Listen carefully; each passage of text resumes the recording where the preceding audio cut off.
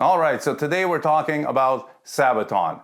And I'm super pumped for this one because they're one of my favorite bands and I've really been wanting to talk about them on the channel for the longest time. Now, if you're not very familiar with Sabaton, they're a heavy metal band from Sweden and their songs all talk about war, mostly making reference to historical battles and the heroism of some truly exceptional human beings. I would say their music is essentially a celebration of the human spirit, with war as the ultimate setting in which it's manifested. We're going to be looking at Chris Rörland's guitar solo from a song called The Attack of the Dead Men, which was the 5th single from their album The Great War. The song talks about a battle in which deadly poison gas was used, and plot twist, some of the victims survived and rose up again to fight like badly disfigured zombies, and that made the terror-stricken attackers run away in panic. Now, seeing Sabaton perform this live with heavy green lighting and smoke and the band all wearing gas masks is truly a powerful experience. The guitar solo is a wonderful example of the kind of melodic shredding that is designed to enhance the song first and foremost, rather than to just add a lead guitar break to highlight the player's chops while giving the singer a moment to catch their breath. Now, Chris is an amazing guitar player who has a real talent for songwriting, arranging, and for composing killer guitar parts and memorable solos. So there is a lot to be learned from this solo, both in terms of technique and composition. Now, because of the song's subject matter, and with Chris being a big fan of Lado guitars, I thought it was a perfect opportunity to bust out this beautiful dark green Lado Canadian classic, hand-built by Mr. Joe Lado himself way back in 1986. So I got this guitar around 4 months ago from a guy who actually had bought it brand new at Joe's shop way back in the day. It's a beautifully made guitar and it plays great. So it's got an original Floyd Rose bridge, you have original Bill Lawrence pickups, and it even has the same neck joint as the Earth models. So I love this thing and I'm happy to finally be able to feature it on the channel. This won't be a step-by-step tutorial, where I tell you to put your finger here and then there and then do this and then that. But we will be looking at what makes this solo so good, as well as why and how the lines and the licks all work together. So let me play the solo for you real quick, and then we'll break it down lick by lick.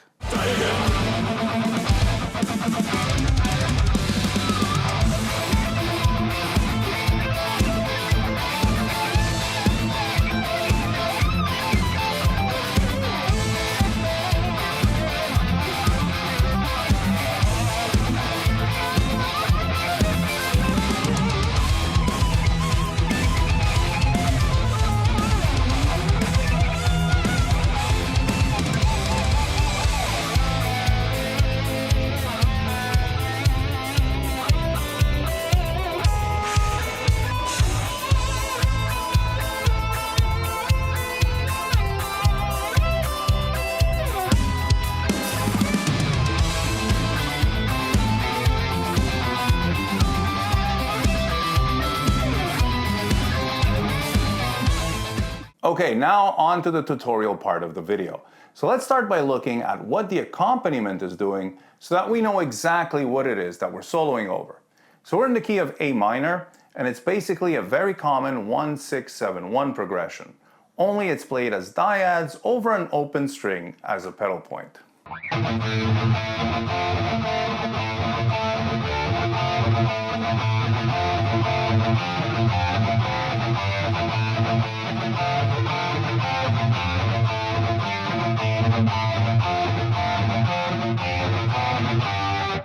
Now on the album, there's a second guitar playing pretty much the exact same thing, an octave lower, like this,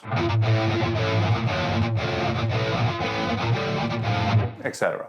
And that's just to fatten up the rhythm part a bit so that it's a little fuller and heavier. Moving the top notes in that manner makes the accompaniment a bit more melodic, and the syncopation, which means the accents are falling on the upbeats, gives it a little bit more groove than if it were just a straight rhythm. Now for the last part of the solo, the tonal center changes to E, and the rhythm becomes a little more staccato.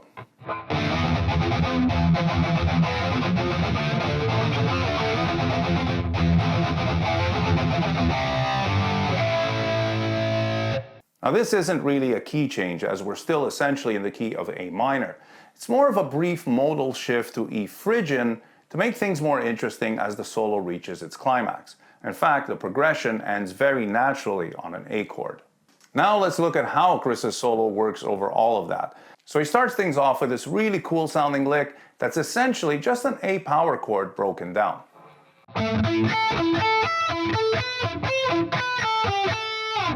His phrasing here is quite percussive and rhythmic, almost like a techno rhythm pattern. He continues that idea with 3 ascending arpeggio figures, moving from A minor to C major to D minor.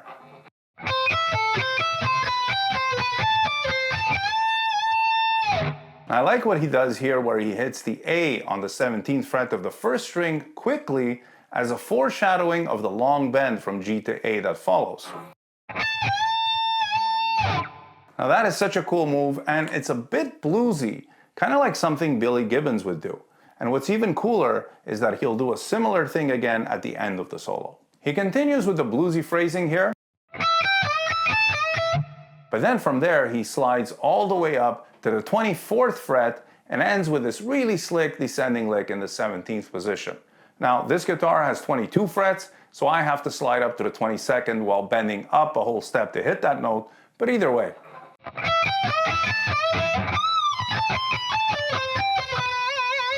This is a bit like something Adrian Smith from Iron Maiden might play. It's kind of like bending this lick in 22 Acacia Avenue with this one from Flight of Icarus. Now this is an excellent example of how one should incorporate their influences into their own personal playing style. Direct quotes are cool too, of course, but when you can do it this way, it's like a level up from there. You might have noticed that we're moving across the fretboard throughout this entire part, and this does require a certain amount of fluidity to pull off smoothly. Now for this type of phrasing, it's really important to keep your hands relaxed. So if you find yourself struggling to keep up, slow it down and work on one small section at a time, connecting them together as you progress. I've seen Chris play this solo on 4 separate occasions this year, and he always nailed it like he wasn't even trying. And that's simply the result of a lot of practice over many years, and there aren't any real shortcuts when it comes to that. So now he slows it down just a bit with a melodic motif that lands first on an E, and then on a D. So you got the 5th and 4th respectively in the key of A minor. And introducing a more laid back, slightly dreamy melodic line like this is a good way to give the listener a moment to catch their breath before picking up the pace again. And in fact, the pace does pick up again rather quickly with this slinky legato lick. It's pretty Satriani-esque, isn't it? I love the phrasing and articulation here. So let me do that again a little slower so that you can get a better idea of how the lick works.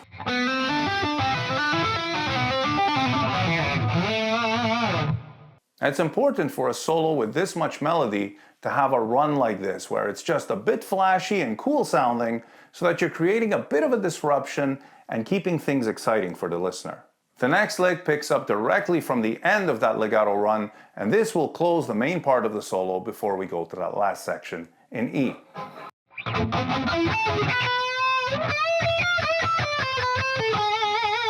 I really like this lick a whole lot. So the first part is basically an A minor arpeggio in the first inversion.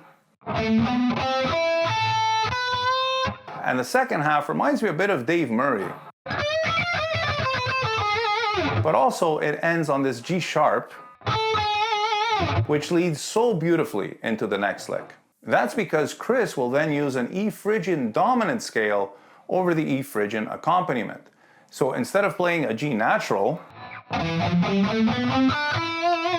he'll play a G sharp instead. Now that makes it a major third, so it's one note further from the tonic and one note closer to the 4th, giving it a more exotic flavor which can be used to create tension and then cause the listener's ears to perk up. So here's how that lick goes.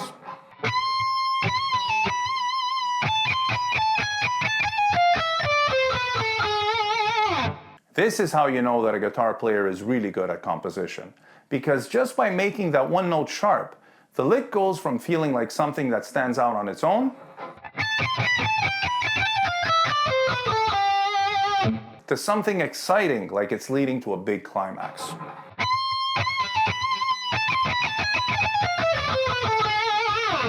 And in fact, that big climax comes in the form of a fast alternate picked 3-note per string run that ends with a whole step bend and release to a really wide vibrato.